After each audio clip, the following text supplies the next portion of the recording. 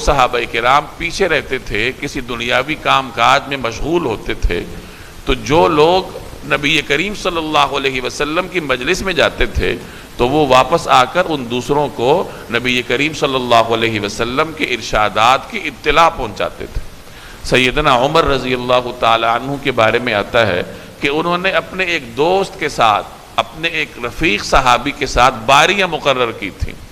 کہ ہم نے کاروبار بھی کرنا ہے اور نبی کریم صلی اللہ علیہ وسلم کی مجلس میں بھی بیٹھنا ہے۔ تو انہوں نے باریاں مقرر کی تھیں کہ ایک دن میں دنیاوی کام کاج کروں گا اور آپ حضور علیہ السلام کی مجلس میں جا کر حاضری دیں،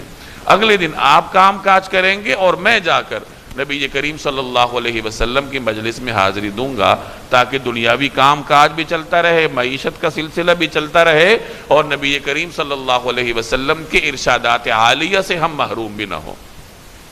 تو بعض علماء فرماتے ہیں کہ اس آیت سے یہ بھی معلوم ہوتا ہے کہ جیسے جہاد کی مختلف قسمیں ہیں، اسی طرح علم کی بھی مختلف قسمیں ہیں۔ بعض اوقات علم فرض عین ہوتا ہے، فرض کے درجے میں ہوتا ہے، اور کبھی ایسا ہوتا ہے کہ علم فرض تو نہیں ہوتا لیکن فرض کفایہ کے درجے میں ہوتا ہے۔ پہلے تو یہ سمجھ لیجئے کہ علم حاصل کرنے کے فضائل اللہ نے بہت مقرر کیے، اجر بہت مقرر کیا ہے۔ بعض روایات میں آتا ہے کہ جو آدمی علم دین کے راستے پر چلتا ہے، اللہ جل جلالہ اس کے لیے جنت کے راستے کو آسان کر دیتا ہے۔ دیگر روایات کا مفہوم ہے کہ جو انسان دین کا علم حاصل کرتا ہے، دین کی سمجھ بوجھ حاصل کرتا ہے، تو اللہ کی جو مخلوقات ہیں، یہاں تک کہ سمندر کی مچھلیاں ہیں، وہ بھی اس کے لیے دعا کرتی ہیں، اس کے حق میں دعائے خیر کرتی ہیں۔ اور ایک اور روایت کا مفہوم ہے کہ طلب علم کے راستے میں اگر کسی شخص کا انتقال ہو جاتا ہے تو وہ اللہ تبارک و تعالی کے ہاں شہید شمار ہوتا ہے۔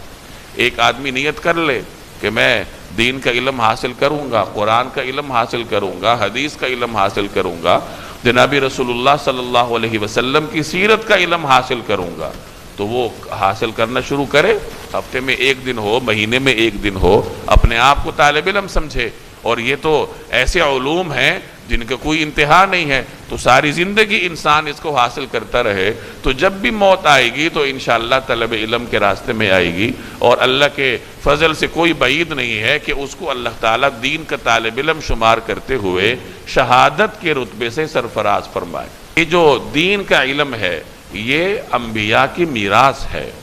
انبیاء کی وراثت دراہم اور دنانیر نہیں ہوتی، انبیاء کی وراثت علم ہوا کرتا ہے۔ حضرت ابو ہریرہ رضی اللہ تعالی عنہ کے بارے میں آتا ہے کہ وہ ایک مرتبہ بازار تشریف لے گئے اور جا کر دکانوں کے درمیان، کاروبار کرنے والوں کے درمیان کھڑے ہو کر اعلان کیا کہ ارے تم لوگ یہاں ہو، خرید و فروخت کر رہے ہو، اور وہاں مسجد میں نبی کریم صلی اللہ علیہ وسلم کی وراثت تقسیم ہو رہی ہے۔ تو لوگ بھاگے کہ نبی کریم صلی اللہ علیہ وسلم کی وراثت سے ہمیں بھی حصہ مل جائے، ہم بھی اس سعادت سے سرفراز ہوں، ہمیں بھی اللہ یہ سعادت نصیب کرے۔ تو لوگ بھاگ کھڑے ہوئے، حضرت ابو ہریرہ وہیں بازار میں کھڑے رہے۔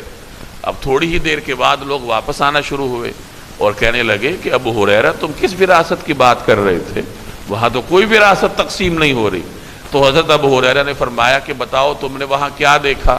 مسجد نبوی میں کیا تھا؟ تو انہوں نے کہا کہ وہاں تو حلقے لگے ہوئے تھے علم کے، اور